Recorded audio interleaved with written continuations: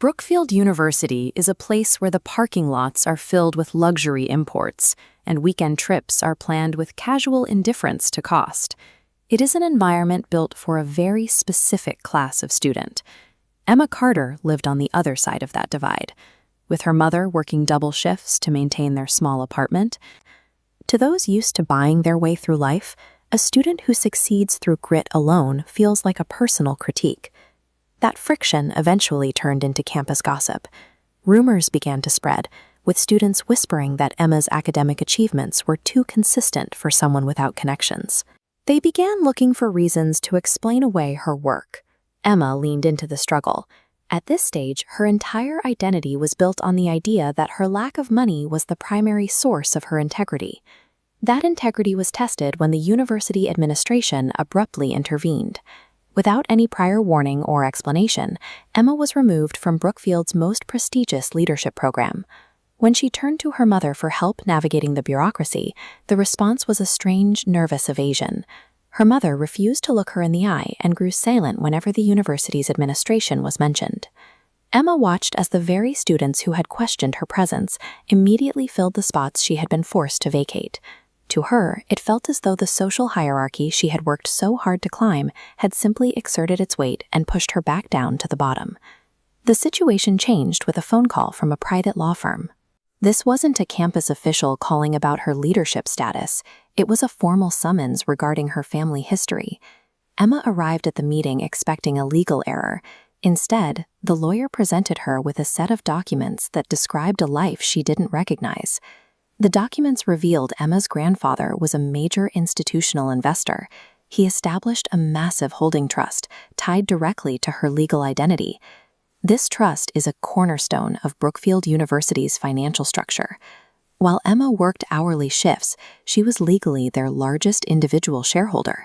The discovery created a total internal disconnect. The struggling outsider narrative that had defined her for 19 years was suddenly revealed to be an elaborate fiction maintained by her family.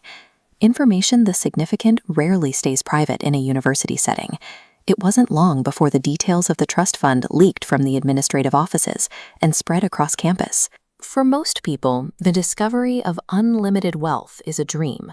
For Emma, it was the destruction of her internal compass. The student body turned on her instantly. To them, the trust fund was proof that she had spent years lying about her background to gain sympathy, while using her family's shadow influence to secure her academic spots. Her social circle collapsed. Friends stopped taking her calls, viewing her life as a deception. She was living in a social void. Emma still felt the actual physical exhaustion of her years of manual labor, yet to the rest of the campus, she had become a symbol of the same unearned privilege she had spent her life fighting. By coming into a fortune she never asked for, Emma had lost the one thing she actually owned, the undeniable evidence of her own merit. Emma stopped hiding. She decided that if the campus was going to judge her based on a bank account she didn't even know existed, she would force them to look at the work she had done before she knew it was there. She began gathering every piece of physical evidence from her life: years of minimum wage pay stubs, detailed bank statements, and time-stamped applications for financial aid. When assembled, these documents formed a timeline of effort completely independent of the trust fund. It was a record of someone who worked because they had to, not because they were playing a part. She took this evidence to the University Leadership Forum. It was the largest public gathering on campus, attended by the very administration and students, including Madison, who had written her off. This wasn't just an attempt to get back into a program.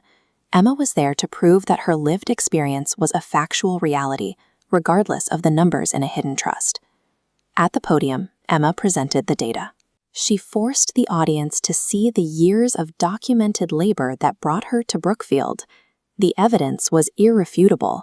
She was reinstated into the leadership program, and the campus mood shifted. Even Madison eventually admitted that her resentment was more about her own insecurities than Emma's background. Emma was the same person she had been at the start of the semester, but the labels attached to her name had flipped from one extreme to the other in a matter of months. She realized then that neither of those labels, poor student or wealthy shareholder, actually described her. They were just financial circumstances that the world used to try and categorize her. The biggest lesson she learned was that money doesn't decide who you are. True character is the person you decide to be, regardless of the circumstances. Emma Carter had the receipts to prove it.